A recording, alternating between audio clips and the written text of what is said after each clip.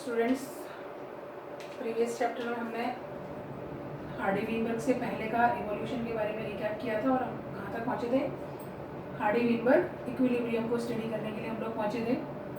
Hardy Weinberg equilibrium की study के लिए हमने क्या समझा था कि किस पे वर्क हुआ, पॉपुलेशन जेनेटिक्स पर। ठीक है, पॉपुलेशन जेनेटिक्स क्या है, दो तरीके से हमको इवोल्यूशन जो है वो स्टडी करना है। एक इवोल्यूशन हम बोलते हैं मैक्रो इवोल्यूशन, ठीक है, और इसको हम बोलते हैं फाइलो जेनेटिक्स, और दूसरा हम बोलते हैं माइक्रो इवोल्यूशन, और इसको हम क्या बोलते हैं, पॉपुलेशन जेनेटिक्स। ठीक है, मैक्रो इवोल्यूशन और माइक्रो, मैक्रो मतलब बड़ा, ठीक है, माइक्रो माने छोटा। हार्डी वीनबर्ग का जो काम है वो किस पर है, पॉपुलेशन जेनेटिक्स के ऊपर काम है।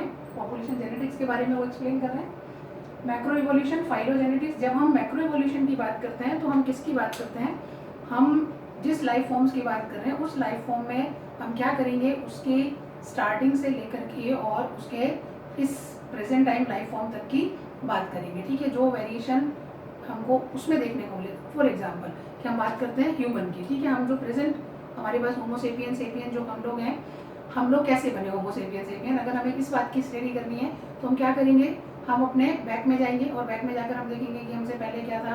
हमसे पहले होमो इरेक्टस थे, निएंडरथल मैन से होमो इरेक्टस, होमो हेबिलस, ऑस्ट्रेलोपिथेकस, रामापिथेकस, और हम पीछे जाएंगे कि हम वर्टिब्रेट जो है उससे बने, और वर्टिब्रेट में भी हम कौन से वर्टिब्रेट से थे, यानी मीन्स हम बिल्कुल बैक में जाकर के और अब तक आकर के हम ह्यूमन का पूरा इवोल्यूशन देखेंगे और हम कहेंगे कि हम इस तरीके से फॉर्म हुए। जब हम ऐसे स्टडी करेंगे तो हम इसको बोलेंगे मैक्रो इवोल्यूशन और हम इसको बोलेंगे फाइलो जेनेटिक्स। ठीक है, लेकिन हम जब बात किसकी करते हैं, माइक्रो इवोल्यूशन। माइक्रो इवोल्यूशन में हम क्या बात कर रहे हैं, हम प्रेजेंट में जो ह्यूमन प्रेजेंट है उसमें जो वेरिएशंस प्रेजेंट है हम उस इवोल्यूशन को चेक करेंगे कि इतना वेरिएशन क्यों है। ठीक है, कैसे, कौन सा वेरिएशन, कि अगर हम अमेरिकन को देखें तो हम, या यूरोपियन को हम देखें तो हम कहेंगे, यूरोपियन को हम देख करके बता देंगे कि ये जो ह्यूमन है ये क्या, कहाँ से है, कहाँ से बिलोंग करता है, यूरोप से बिलोंग करता है।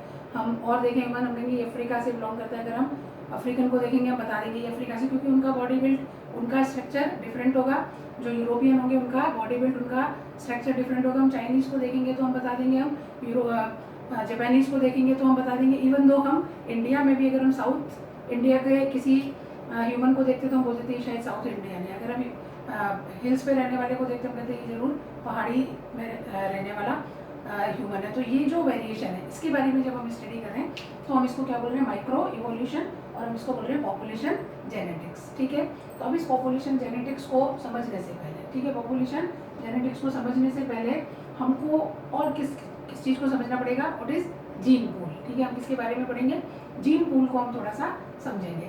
अब देखिए हार्डी वीनबर्ग ने जो अपना स्टेटमेंट दिया, हार्डी वीनबर्ग ने जो बात की, उस बात पर वो किससे इन्फ्लुएंस थे, 1920 में फिशर एंड हल्डेन ने प्रपोज की थी mathematics of distribution of genes and genotype frequency. Genotype frequency है जीन का डिस्ट्रीब्यूशन कैसे होता है, इसकी मैथमेटिक्स को फिशर एंड हल्डेन ने 1920 में प्रपोज किया, और इसको आगे डेवलप किया किसने, हार्डी एंड वीनबर्ग ने। ये दो साइंटिस्ट, हार्डी एंड वीनबर्ग, अलग अलग इन्होंने इसको क्या किया, फर्दर डेवलप किया। ठीक है, तो अब हम जब पॉपुलेशन जेनेटिक्स स्टडी करेंगे तो हमको क्या समझना है, हम माइक्रो इवोल्यूशन के बारे में पढ़ रहे हैं, और हम एक चीज़ समझेंगे कि what is gene pool. Gene pool क्या होता है, ठीक है, जीन पूल क्या है किसी भी गिवन एरिया में। ठीक है, हार्डी वीनबर्ग स्टेटमेंट भी हम देख लेंगे कि वो क्या कह रहे हैं।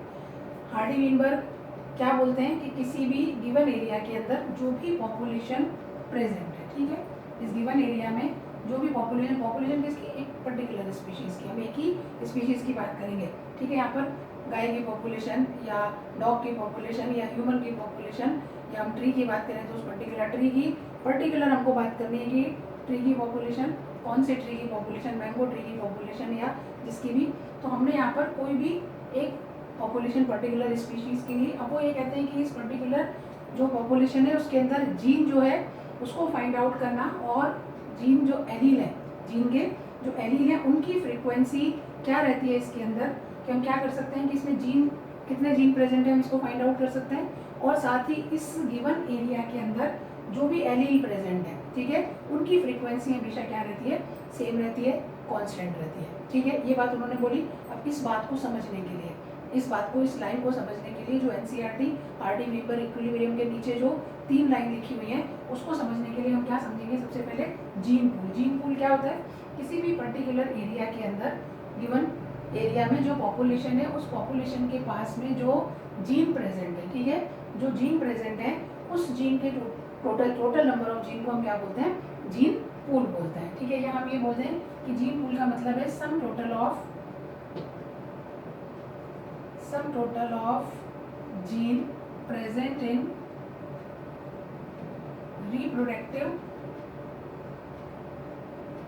reproductive gamete in given population,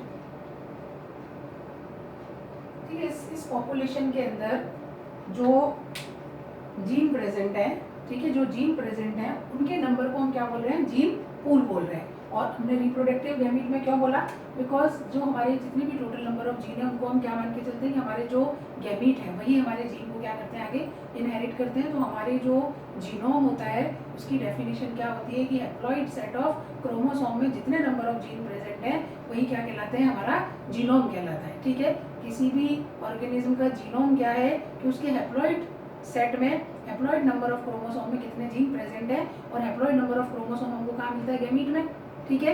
क्योंकि वो गैमीट जो गैमीट है वही जो हमारे जीन है उनको क्या करेगा, फर्दर इनहेरिट करेगा। तो यहाँ पर जीन पूल की डेफिनेशन में क्या आया, sum total of gene present in reproductive gamete in given population. यहाँ पर जितने भी जो sum total of gene present है रिप्रोडक्टिव गैमीट में वो इसका क्या कहलाएंगे, जीन पूल कहलाएंगे, ठीक है।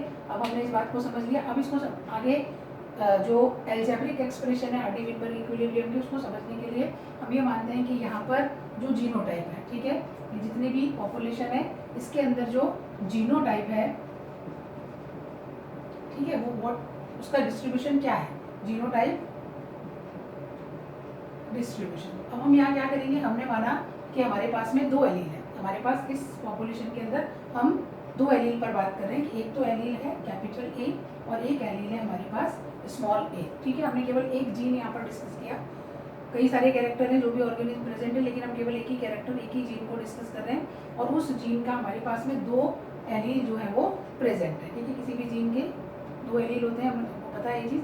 तो हमने क्या किया, ये 2 एलील माने एक कैपिटल ए है और दूसरा स्मॉल ए है, ठीक है। इस कैपिटल ए और स्मॉल ए से कितने जीनोटाइप फॉर्म होंगे, इन 2 एलील से कितने जीनोटाइप फॉर्म होंगे, ठीक है, 3 तरीके के जीनोटाइप फॉर्म होंगे हमारे पास, capital A, small A, small A, small A. जितने भी आपको इस पॉपुलेशन जो नजर आ रही है उसके पास या तो जीनोटाइप कैपिटल ए होगा, या जीनोटाइप उसका कैपिटल ए स्मॉल ए होगा, या स्मॉल ए होगा। ये कुछ का कैपिटल ए है, इसका कैपिटल ए, ये कैपिटल ए स्मॉल ए हो सकता है, ये कैपिटल ए स्मॉल ए, ये स्मॉल ए हो सकता है, ये कैपिटल ए हो सकता है, ये स्मॉल ए, ये इसका क्या हो सकता है, जीनोटाइप हो सकता है, ठीक है। अब हमने बोला कि ये जो एलील है इसकी फ्रीक्वेंसी इस पॉपुलेशन के अंदर इस एलील ए की फ्रीक्वेंसी कितनी है, स्मॉल पी, कितनी है, स्मॉल पी है, ठीक है।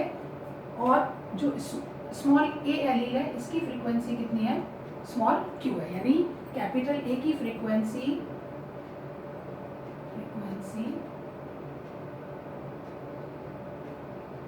कितनी है, पी है, और इसकी फ्रीक्वेंसी कितनी है, क्यू है, ठीक है।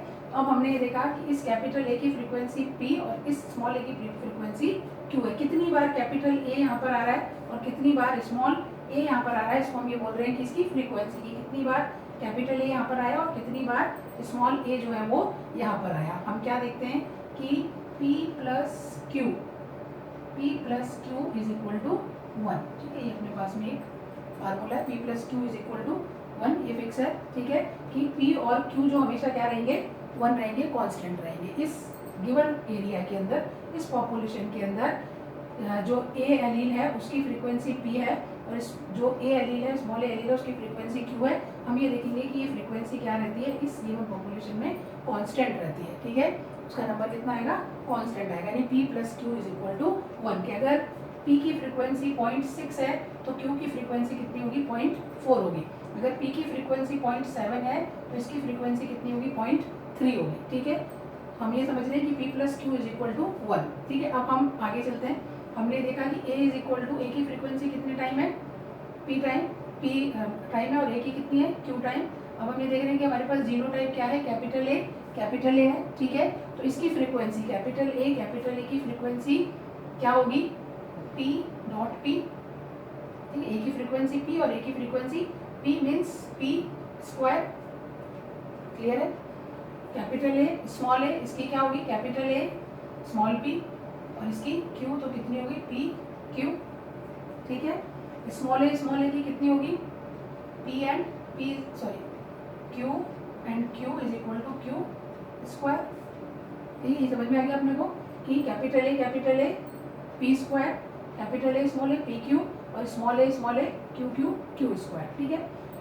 हमको ये फ्रीक्वेंसी समझ में आ गई। अब हम क्या करें, इस चीज़ को और समझने के लिए हम और क्लियर करते हैं इसको, कि जब हम एक ही जीन को लेकर के बात कर रहे हैं, हम एक जीन देख रहे हैं और उस जीन के हम 2 एलील देख रहे हैं, तो हम ये देख रहे हैं कि इनकी फ्रीक्वेंसी, ए की फ्रीक्वेंसी इतनी बार आती है, स्मॉल ए की फ्रीक्वेंसी जो है वो Q टाइम है।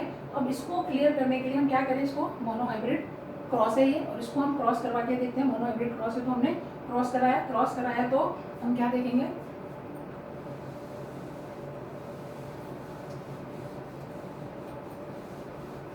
ठीक है। हमने क्या देखा, capital A small A and capital A small A, gamete कौन सा बनेगा, कैपिटल ए स्मॉल ए और कैपिटल ए एंड स्मॉल ए, ठीक है। हमने जब क्रॉस किया तो हमने क्या देखा, नेट स्क्वायर में ए एन ए, सॉरी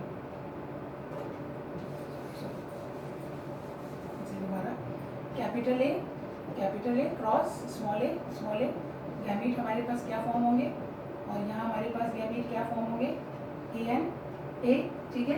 अब यहाँ पर हमारे पास जो F1 जनरेशन आई वो क्या आई, कैपिटल ए स्मॉल ए, और इसको जब हम क्रॉस कराएंगे F2 जनरेशन के लिए तो हमारे पास क्या आएगा, capital A small A, capital A and small A, capital A small A, capital A small A and small A, यानी 1:2:1, और हमारे पास क्या आ रहा है, ए रेशो ए,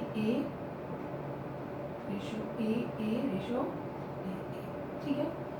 मोनोहाइब्रिड क्रॉस। अब हम क्या करें, कैपिटल ए फ्रीक्वेंसी इसकी कितनी है, P square, capital A small A frequency कितनी है, P Q and Q square, ठीक है। Again P square plus 2PQ plus Q square is equal to 1, ठीक है। फ्रीक्वेंसी क्या रहती है इनकी, कांस्टेंट रहती है, तो हमारे पास क्या आ गया, P square plus 2PQ plus Q square is equal to 1, and we can write P plus Q whole square is equal to 1, हमारे पास ये आ गया। और ये बाइनोमियल इक्वेशन है, इसको ओपन करेंगे, P square plus 2PQ plus Q square is equal to 1। तो हमने जो डेरिवेशन देखा, हमने हार्डी-वेनबर्ग ने जो हमको डेरिवेशन दिया, उन्होंने जो हमको बताया कि P प्लस Q क्या रहता है, इसकी फ्रीक्वेंसी हमेशा क्या रहती है, कांस्टेंट रहती है। इन एलील की फ्रीक्वेंसी क्या रहेगी, कांस्टेंट रहेगी, और इसको हमने डिराइव किया किसके थ्रू, हमने इसको डिराइव किया कि ये मोनोहाइब्रिड क्रॉस है, और मोनोहाइब्रिड क्रॉस में हम देखते हैं तो हमारे पास क्या आता है, P plus Q whole square is equal to 1। ये हमारे पास जीनोटाइप फ्रीक्वेंसी है।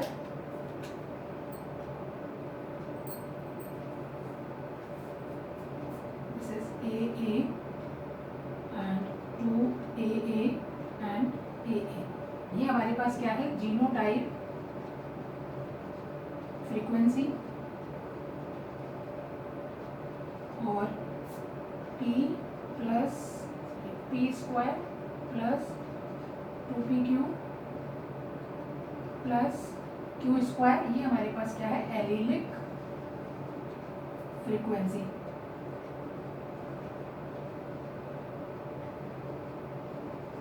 ठीक है। ये हमारे पास जीनोटाइप फ्रीक्वेंसी है, जीनोटाइप है, जीनोटाइप, और ये हमारे पास क्या है, इसके एलील है, तो ये हमारे पास क्या है, एलीलिक फ्रीक्वेंसी है, ठीक है। तो हमारे पास क्या आ गया, एल्जेब्रिक एक्सप्रेशन आ गया, हार्डी-वेनबर्ग, लॉ ऑफ हार्डी-वेनबर्ग क्या कह रहे थे कि गिवन पॉपुलेशन के अंदर one can find out gene, ठीक है, और उसमें जो एलीलिक फ्रिक्वेंसी होती है वो क्या रहती है, हमेशा कांस्टेंट रहती है। ये बात हार्डी वीनबर ने हमको समझाई। और हम इसको समझ सकते हैं कि अगर हमारे पास गिवन जीनोटाइप, हम इसको उतार लीजिए एक बार, एक मिनट रुकूंगी आपके लिए, इसको उतारिए।